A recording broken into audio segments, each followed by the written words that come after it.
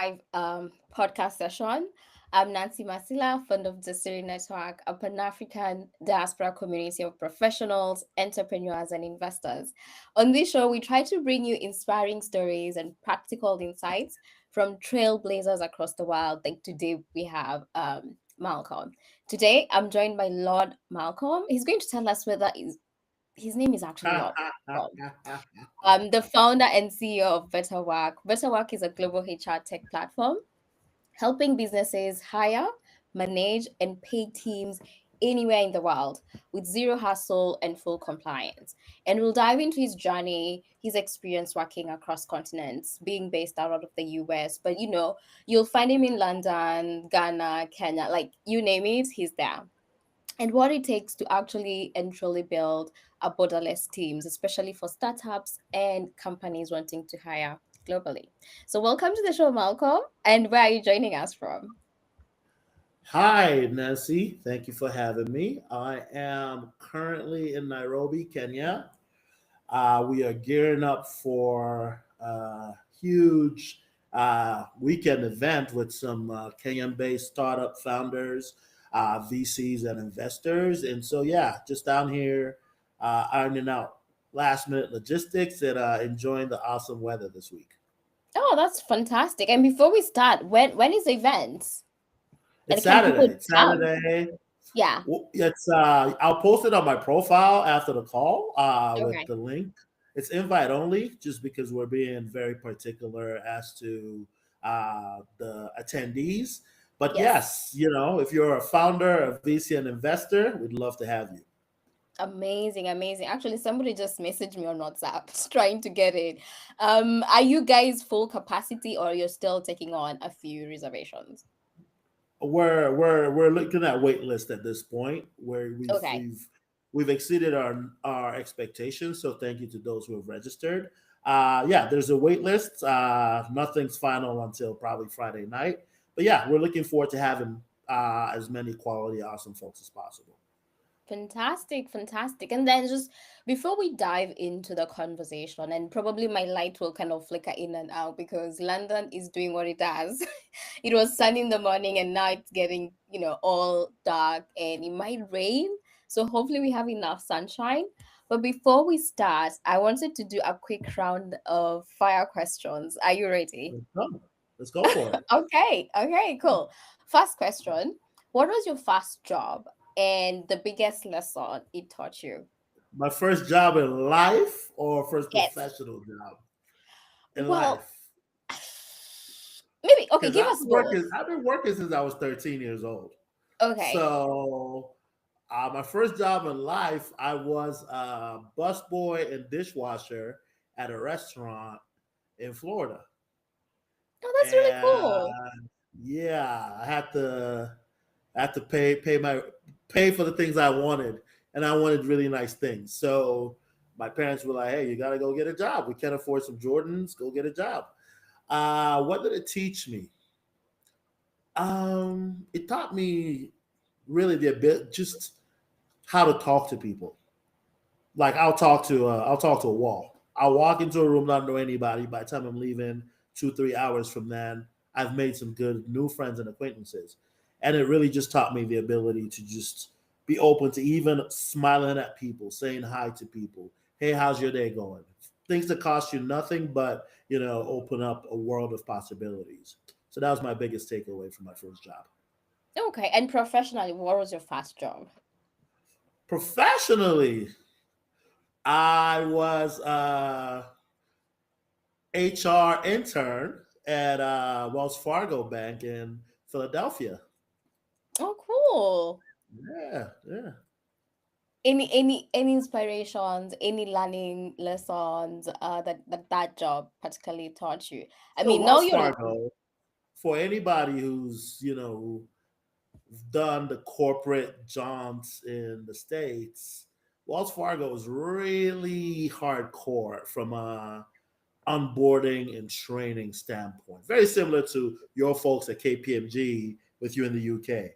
yeah. Your first 3 4 your first week is training, and it's That's hardcore. There's smart a yeah, sometimes. yeah. It's hardcore. There's a workbook. There's modules. It's very. It serves to really ingratiate you with the culture, and so my biggest takeaway from Wells Fargo was really the ability to measure KPIs because we had folks literally come in around every 3 hours to kind of do a check in and kind of mark numbers off. And we were judged very heavily by our deliverables. So, it was great from a corporate culture standpoint. It was a great induction into corporate America, for lack of a better word. Yeah, yeah, for sure. Well, another question. So you've lived in several cities, several countries. I Correct. met you in London when you're here for like the African Tech Summit. I also met you in Nairobi when they were having like an investor roundtable. And I know you're also in Ghana. You're very active in the US. You have a bit of operations as well in Dubai. So you've been around various countries and cities, but which city have you lived in that completely reshaped how you think about work? That's a good question. Wow. Right? Hmm. Every city has. I haven't. I will preface this by saying I'm currently exploring additional countries from a business setup standpoint. Compliance is a big part of what we do. And in doing that, it affords me the opportunity to visit additional countries and, get an investor visa or residence card if needed. Um, I will say that I don't think I found my forever home. I've lived in several places, but I haven't. Everywhere has its pros and cons. I like Dubai for the the hustle. You literally are taking a walk around the block and a Rolls Royce drives by or a Lamborghini drives by.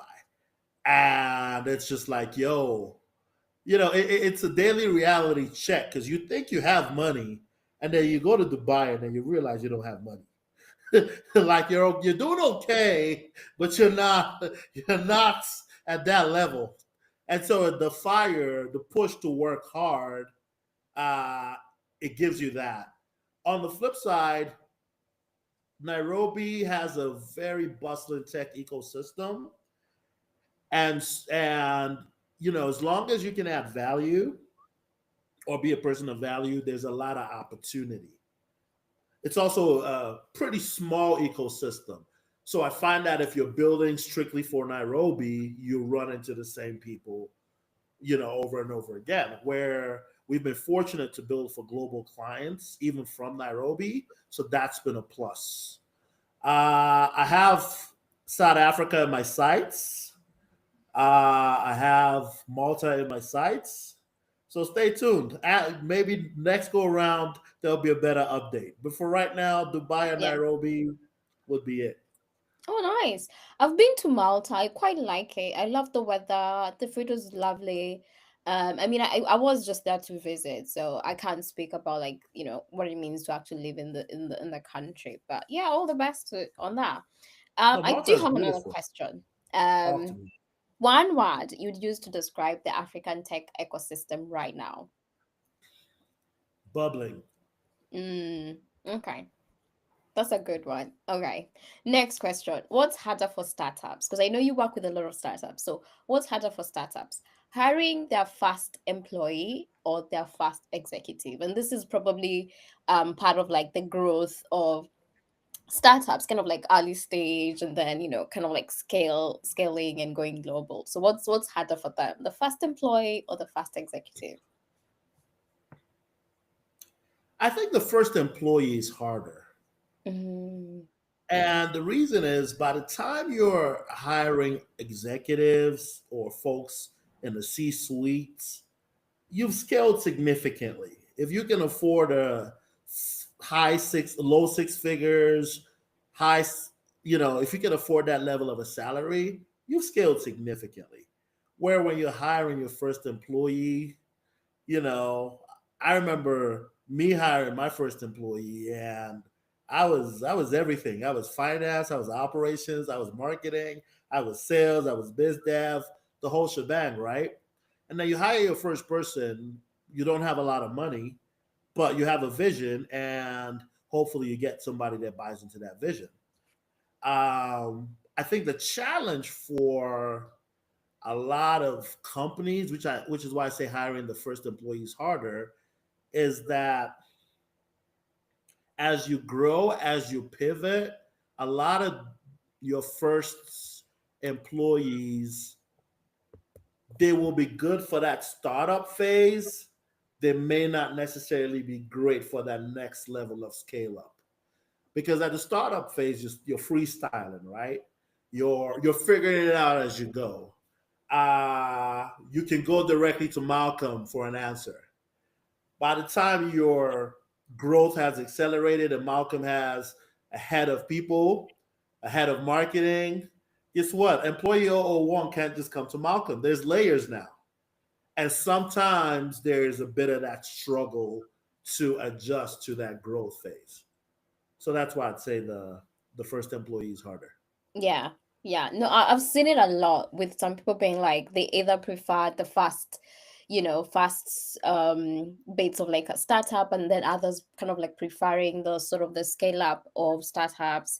And so people prefer different aspects of working with startups, and even as like founders as well. I've found, people who are really useful at the very beginning of your journey may not actually also align, because also the way you're dealing with them is different, and it can be quite a struggle, and a very huge pain point to see. It's a pain point. I've seen a Yeah. lot of the first employees in the company.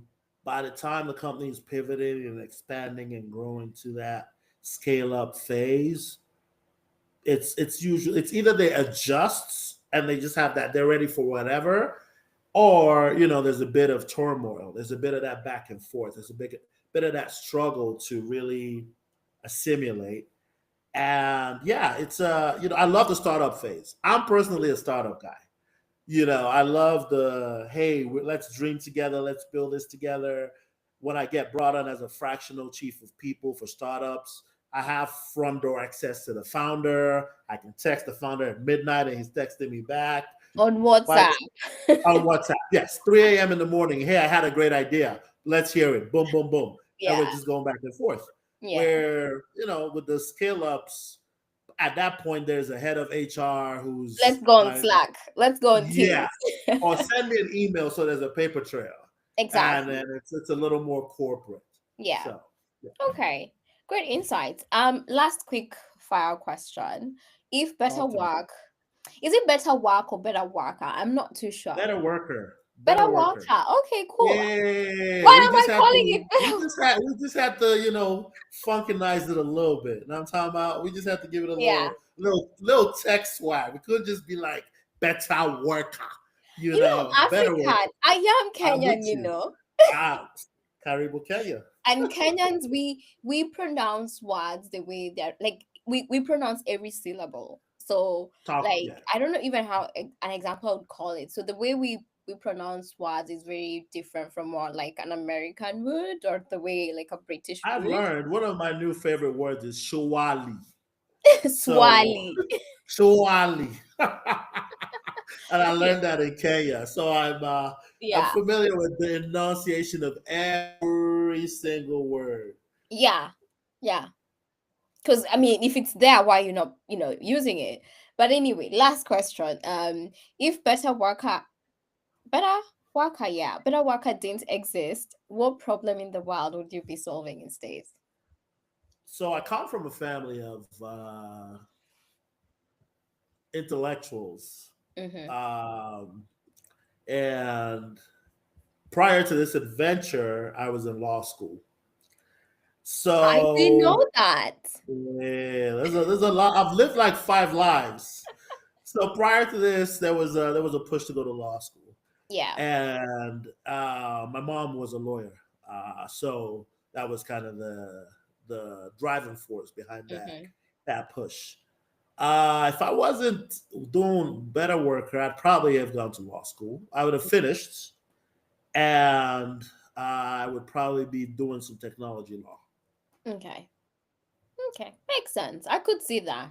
I could see also the intersection between like law and HR because there's a lot of like compliance legalities that's also needed.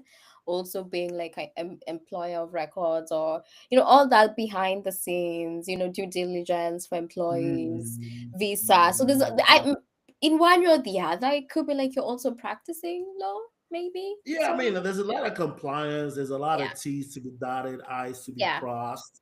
I'm a detailed person, so I'm an attention to detail person. I drive my marketing team a little crazy when they're putting together the a game plan, Mm-hmm. and I spot the, hey, you missed the apostrophe here, Yeah. you missed the comma there, and yeah, I don't think they like it too much, but it gets fixed. Well, that was fun. So now we go into the actual conversation of Okay. today's. That was a good rapid fire round. Thank you. Yeah, I'm and I got feeling to know better. a lot of things I didn't know about you, so that was really cool. You're I think welcome. I'll start off with getting to know your backstory. Obviously you Okay. have roots in the US, and you started your career working at Wells Fargo as a HR intern, but now you're running a global HR tech company, and at the same time traveling to all these various countries, figuring out compliance and for employees and for this all the different setups that you're working with. But like take us back from you being a HR intern at Wells Fargo to where you're at now, briefly, in a few words. No, I think that at every stop there's something to be learned, right? Um, the HR internship really was my starting point to understanding talent and how recruitment works, and how culture is built, and people and processes and things of that nature. um I can look at a resume and in 2 minutes be like, yeah, no. And my recruitment lead always wants to there's always pushback, and then I have to highlight why I said no, which I love, because that was me back in the day, right? You see a resume, oh, this person looks great, and then you miss oh, hey, they haven't made it past a year in any role. So they've been at this other job 11 months, they're already looking. I mean, it's a pattern. So if we bring them aboard, are we going to lose them in a year? Which could be which could be a great interview question if you really want to talk to the candidate, or it could be and you keep it moving.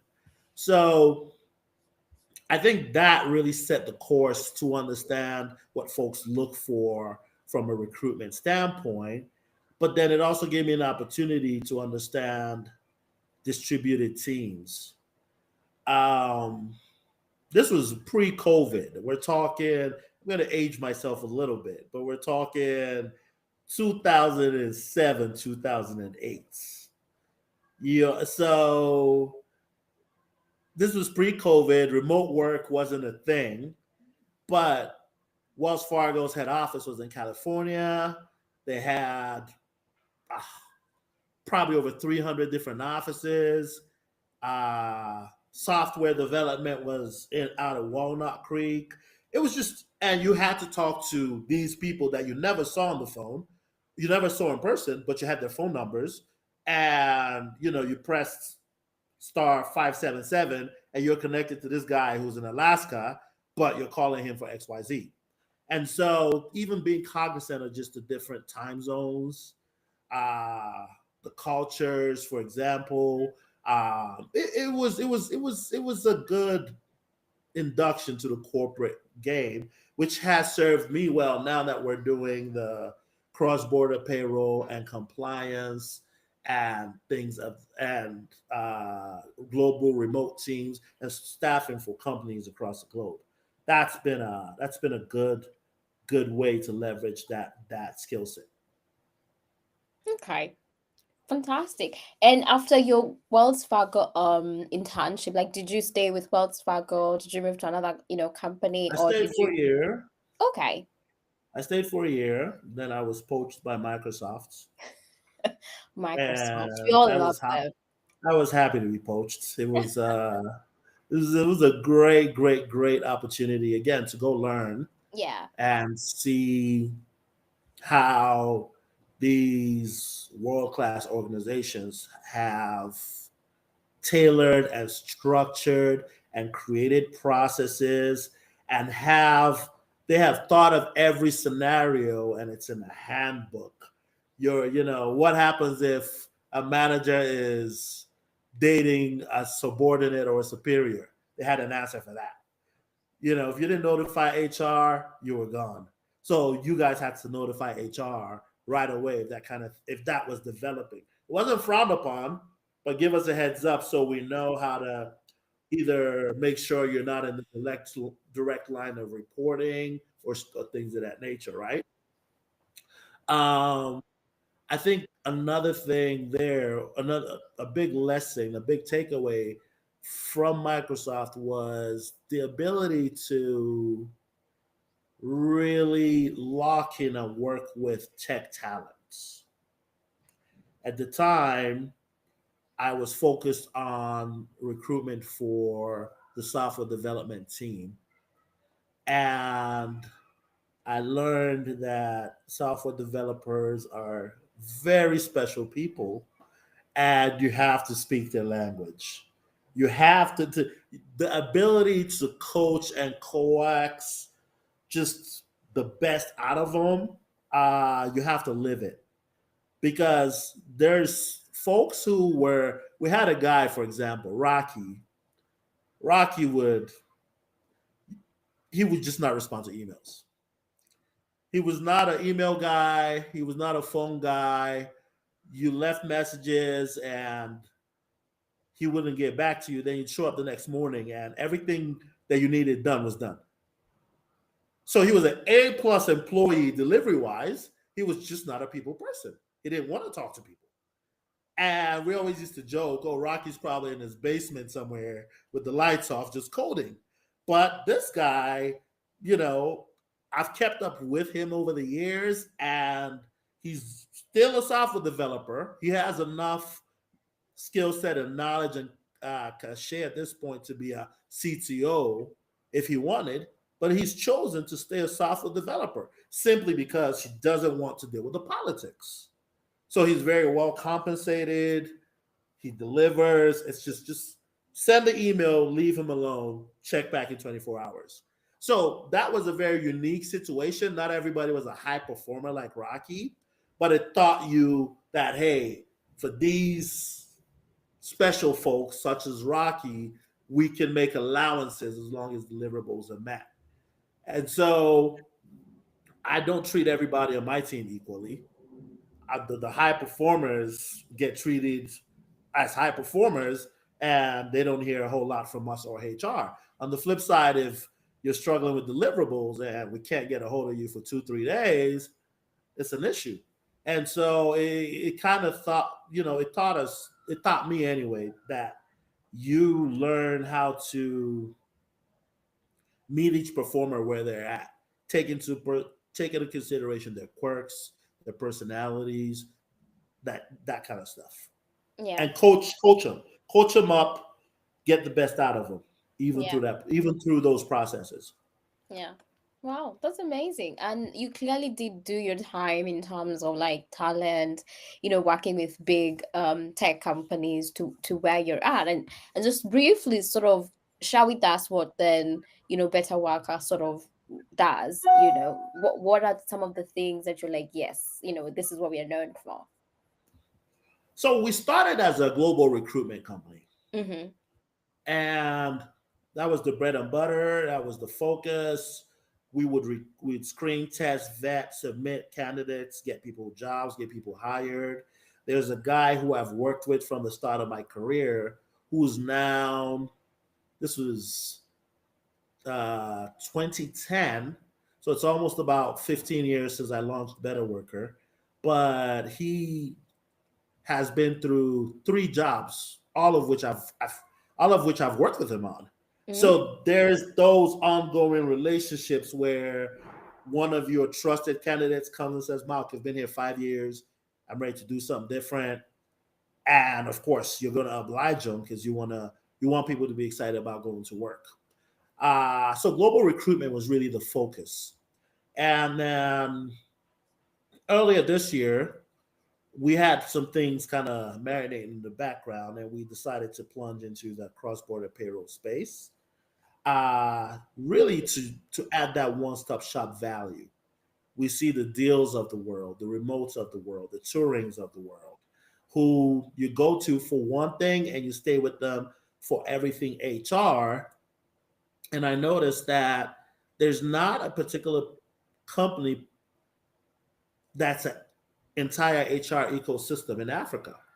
It's very niche based. It's very fragmented. It's very, hey, Malcolm, you do recruiting. Hey, who can I think of? WorkPay. Oh, you do cross border payroll. You do EOR. And so the goal was really to build Betrworkr into a one-stop shop for all things HR, people, and culture. And so far, so good. Yeah, and you guys hit a huge milestone as well the other day. Do you want to share? We did. Well, we launched the cross-border payroll, and we did 40. It was about 41,000 across 9 countries. With I don't remember the number of employees, but it was 9 different countries and 41,000 in cross-border payroll services. Which I mean, if you're a big boy, if you're a deal, you're like, oh, well, that's one person's paycheck. In Africa, that's a big deal, because 41K across 9 countries, and each person was paid in their local currency. So the guy in Johannesburg was paid in rands. The guy in Rwanda was paid in Rwandan francs. Like that was quite a milestone, and we're Yeah. still, it's still day zero over here. We're not quite where we want to be, but we see the promise for sure. Amazing. I mean, congratulations. I think that's a massive milestone. And considering this was something that you guys were toying with and working with and sort of refining, I can't wait to kind of hear the milestone you're going to hit in the next couple of months. So from my end, I think that's fantastic. I Thank you. wanted to talk a little bit about the talent that you've been working with over time, and especially with you recruiting for like entry level hires to even senior executive. Um, what are sort of like the biggest lessons you've learned about talent, and also kind of like the future of talent? I know you touched a little bit about Rocky and how software developers are kind of different, but like any other insights you're able to share. No, but I think the biggest thing with talents is that you can. A lot of people are skilled, right? Mm-hmm. Folks sort of you put in time. Like I Mm-hmm. said, I could look at a resume and literally in 2 minutes be like, nah. And my recruitment lead will be like, and she'll give me then I'll be like, did you see A, B, C, D, E? And Mm-hmm. she's like, you saw that in 2 minutes? I'm like, yep. I go to the dates on the resume right away. If you don't have one job you've lasted a minimum of 3 to 5 years, it's a no for me. Because I'm Why? not I because think I'm not in I'd a like to challenge that actually. I'm sure you would.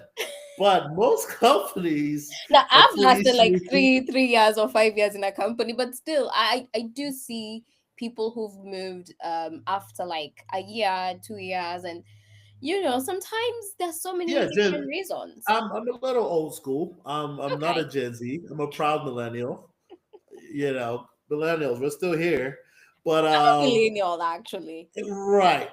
So I find that from a focus standpoint, from an expertise standpoint, you can't really even call yourself a team lead or a leader until you've sat in a role for 3 to 5 years. Most of the guys who job jump, if you look at their resumes, unless they came in at a leadership position, they rarely rise through the ranks because I'm helping people and I'm hiring for companies who are building and scaling up, I'm not trying to put somebody there that within a year I have to replace. More often Exactly. than not, my guys last 3 to 5 years before they're looking or they've hit the proverbial glass ceiling and Yeah. then they have to do something else. Yeah. No, I think it makes sense because then that means there's a return on investments on both sides.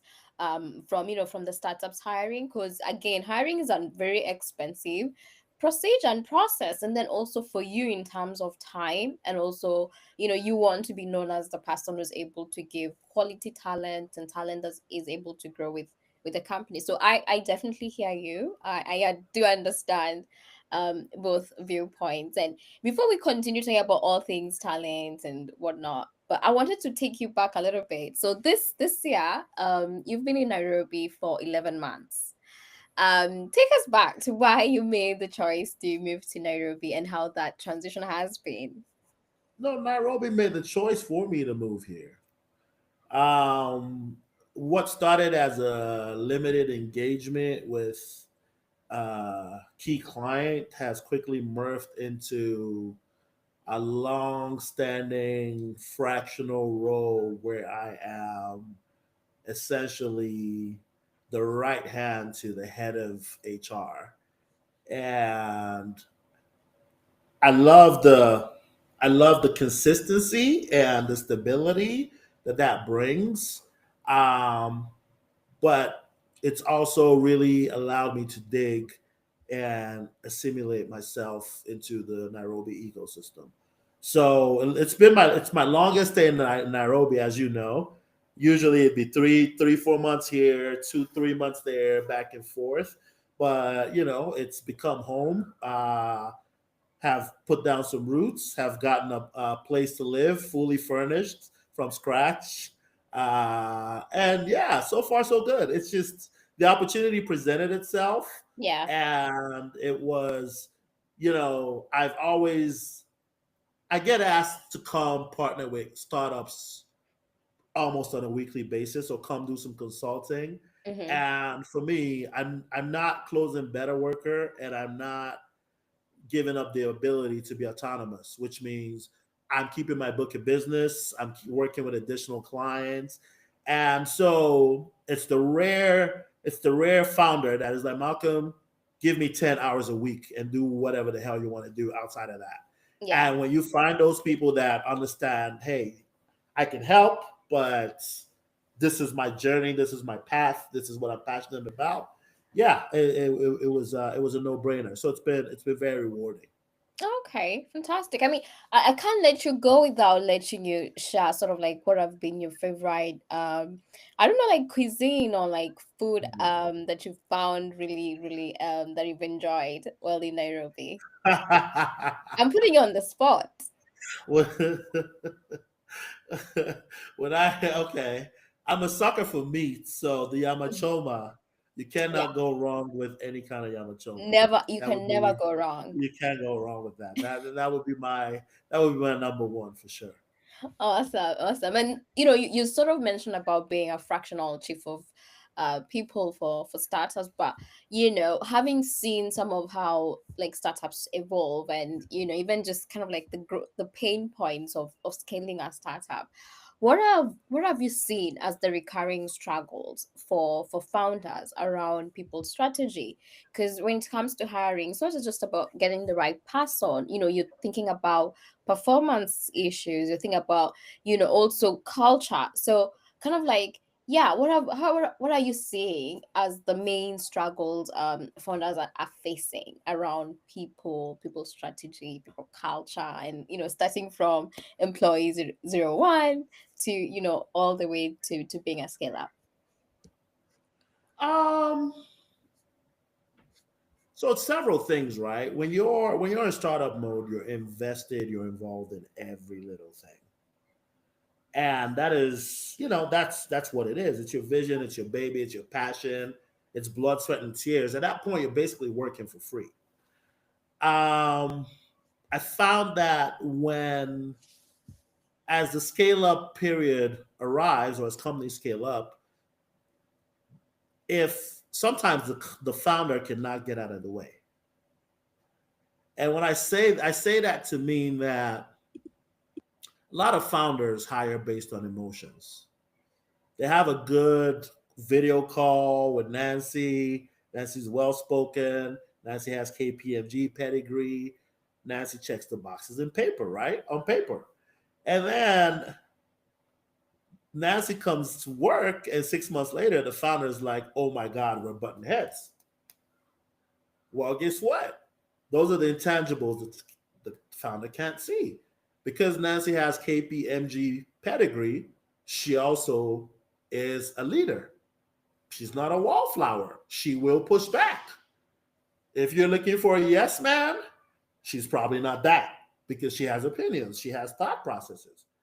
And these are things that founders don't really see going in because it's an emotional hire as opposed to what's this person's background and where did this person come from? Are they from a similar startup, scale up, agile environment where today we're building houses and tomorrow we're building cars and everybody says, aye, Captain, let's go? Or do they prefer structure? Here's the roadmap for this quarter. This is all we're focused on. No pivoting, no changes. Let's go. And so with the people dilemma is really that.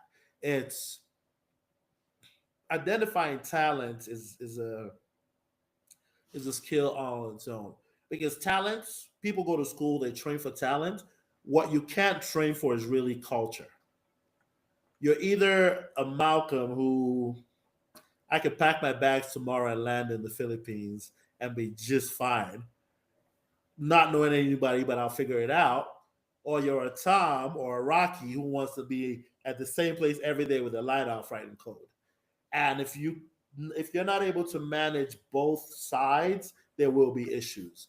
There'll be a lot of high turnover. There's a startup that I actually had to bless and release because it was just a revolving door of talents, and it really wasn't the talents. It was the culture. It was the lack of processes. It was the lack of guidance to put them in an environment to succeed. And when you're replacing the same role 3 times in a year, yeah, it's kind of like, yeah, God bless y'all, but call me when Yeah. you're serious. Yeah. Okay, cool. It does make sense, right? It's challenging, and also just myself being a founder, there's so many nuances when it comes to talent. There's sometimes you have to deal with like performance issues, sensitive sometimes, also making sure you're thinking through, sustainability, like for each role, and also just growth for each role, where you still want to create, or you still want to drive this thing. Like, there's so many things that a founder has to think about, that they actually even didn't sign up for, or they didn't think they needed to have in mind. Okay. No, Well I then. think the founders that win, honestly, Mhm. are the founders that accept and realize they don't know what they don't know, Yeah. and they're willing to just get somebody in place and get out the way. Yeah. Those are the people that, you'll be like, oh, hey, how long you been in business for? 3 years. And in 3 years, they're in 15 countries because they know how to just let me get someone who can handle this and they get out the way. Mm. So founders are the biggest problem, the biggest Founders are the bottleneck. weapons fashioned against themselves. I will tell you, I've been the biggest weapon fashioned against myself with Betrworkr, and Yeah. I've started to kind of remove myself from certain things because it's like I have blinders on and I'm Mm. very passionate. Yeah. And just because I would do things a certain type of way, Yeah. and Anna will do it differently, as long as it gets done, who really cares? So, Exactly. Yeah. so yeah. Well, you've mentioned about recruiting for different teams globally, but like, I wanted to know what's your method, or what's your process for sourcing talent from, is it 150 countries, handling payroll, legal, visas, compliance, helping companies hire faster, being a fractional um people pass on? Like how are you able to do all these things, like, you know, from recruitment to the payouts to being fractional?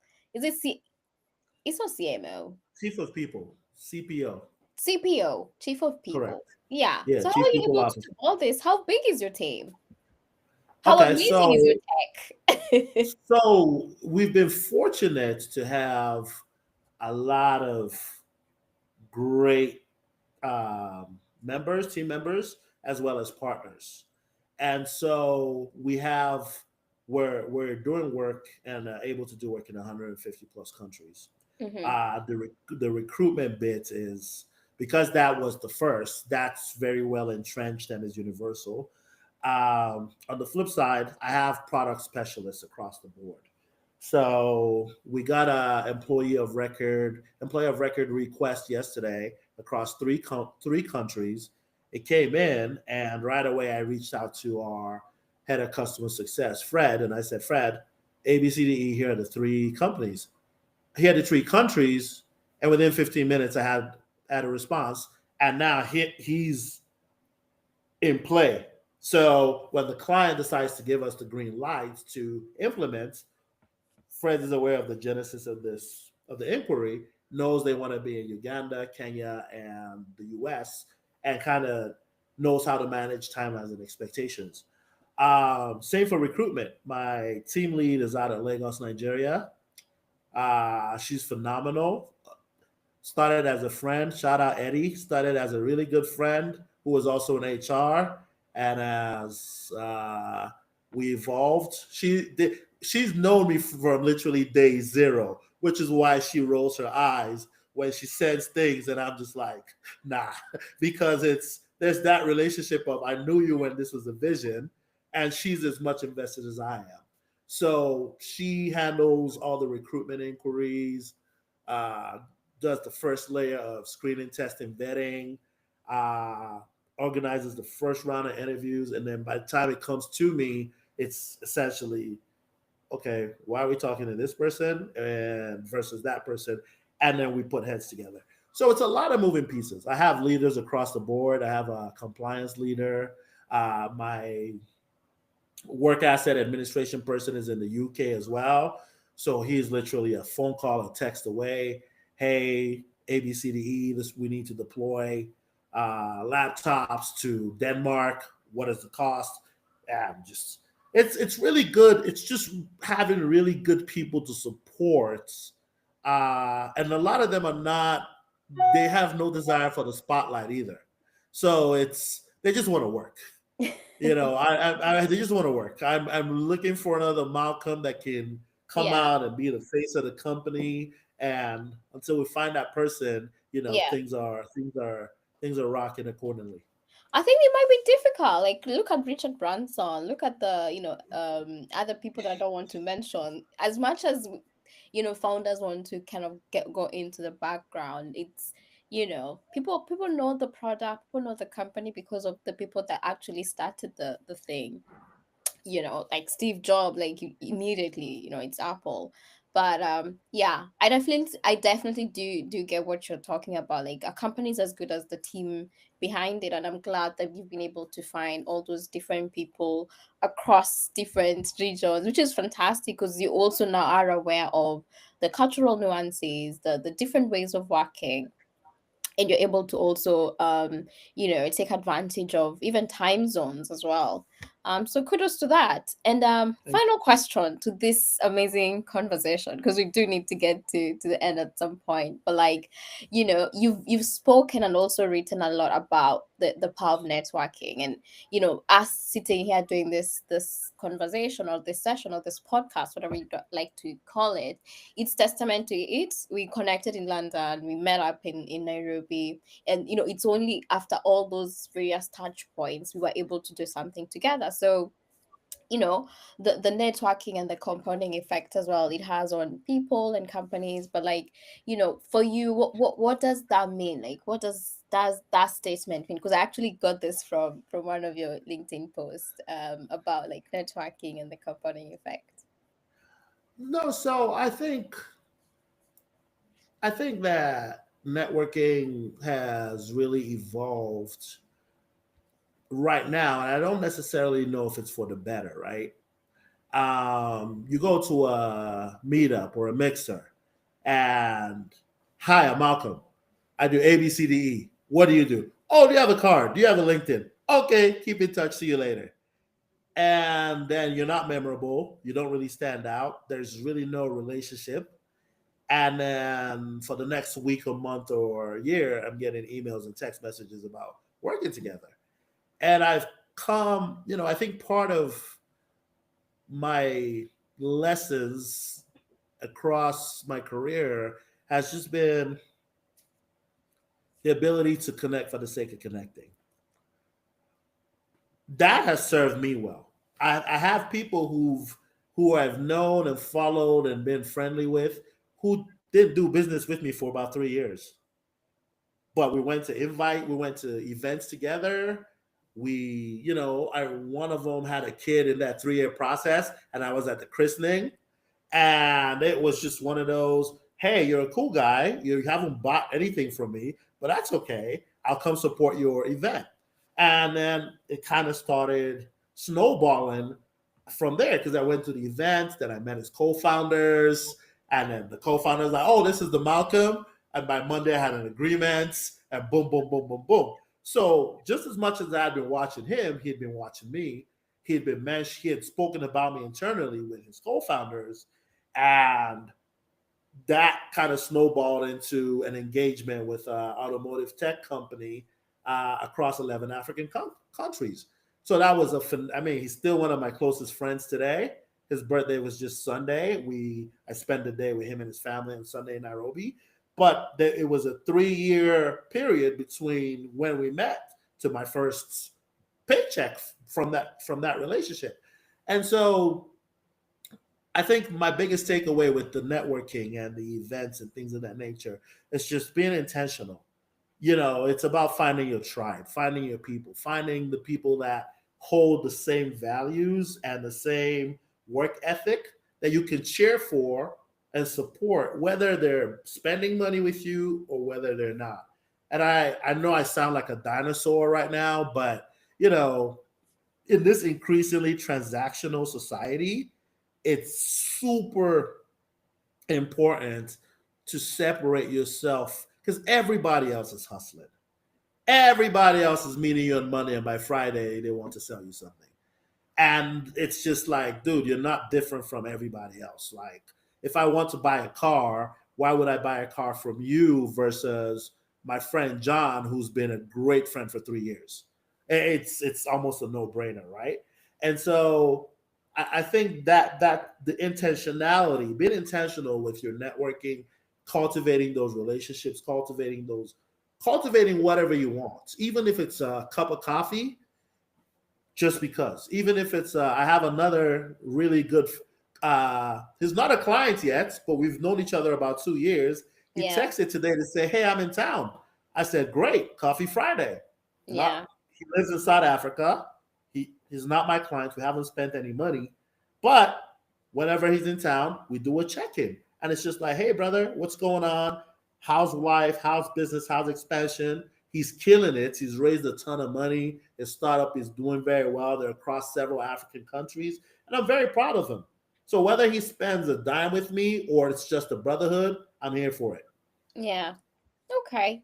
Great. And I think that's it in terms of our main conversation. We do have a quick round of fire questions before we close. I know you're supposed to be somewhere in 3 minutes. I got time for you. I got time for you. We'll try and make it as brief as possible. So No problem. quick responses to the questions. Okay. The best people decision you've ever made as a founder. Get out the way. Fantastic. One mistake you see startups repeatedly make with talent. They're hiring to replace, they're not hiring to scale. Okay, I see that. I see that. A country you think will surprise everyone with its talent pool in the next 5 years. It'd be two. Mm-hmm. Uh there's a lot of AI enabled initiatives going on in Kenya. I think Kenya will be a huge AI resource within the next 5 years globally. I'd say Nigeria is a close second. They're investing heavily in AI. There's a lot of training. There's a lot of initiatives. There's a lot of AI enabled companies already in Lagos. I think those two will. I know right now it's fintech, but I Mm-hmm. think in the next 5 years it will be AI from Kenya and Nigeria. Gotcha. If you had to automate one part of your work tomorrow, what would it be? Being myself, A Malcolm kind of like clone, or a clone, that would be awesome. AI That would be agent or phenomenal. something. That would be phenomenal. That would be great. Okay. Cool. In one sentence, what's the boldest advice you'd give to a founder building a global team? Just do it. Okay. Okay. A lot of Cool. people are getting ready to get ready. A lot of people are overthinking, overdoing, Yeah. finalizing this pitch deck, that pitch deck, this template, that template, this investor, that investor. I've watched two friends go out of business in the last 3 years chasing Mhm. funding. And if you know our story, we're entirely bootstrapped. I own Betterworkr 100%. We're not funded. We're literally plowing money back as we make money each month. God is good. The lights are on. But it's if I was waiting for investors, we'd be dead. So just do it. Stop getting ready to get ready. Find your sweet spot. Get to a place where you can sell something. Whatever it is you're selling, just find buyers that can keep the lights on. And as they make payments, you reinvest and you keep on just plodding slowly but surely. Even as you chase those investors, because fundraising is a full-time job.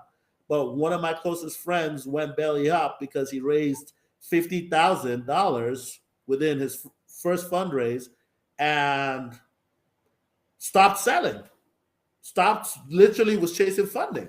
And I kept saying, like, bro, two things can be true. Stop, the wheels can keep spinning over here. But he was so lazy. Oh, we got 50K, we'll get more. More never came. They went out of business. So just do it. Stay Yeah. focused on your vision, lock in, get after it. And yeah, that's it. Amazing. I think that's a fantastic way to close. Is there any question that you feel I haven't asked, or is there anything that you'd like to add? Because yeah, all my questions from my end are done. Does the audience have any questions? Ooh, that's a great one. Let me see. I don't know if I'm able to get any comments at this time. Okay. Let me see. Let me just refresh. Da-da-da-da.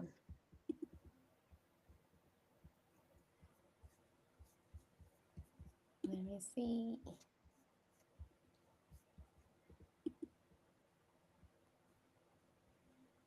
Okay, I can't see any questions at this point, but a lot of times people, kind of leave questions and then you can always go back on LinkedIn and sort of just answer them in the comment section.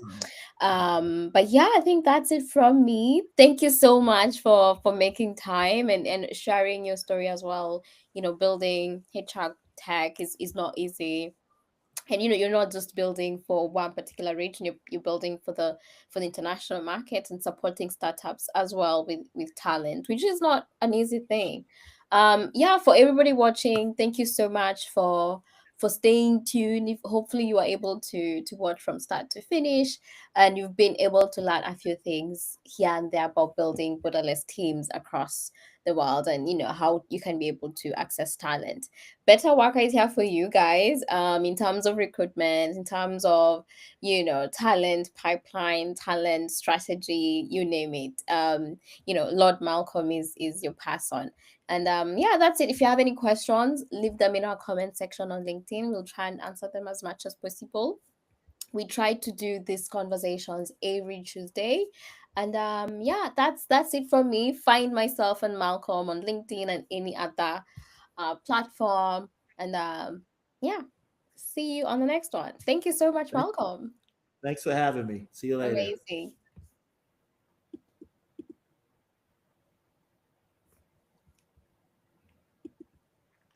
And that's it.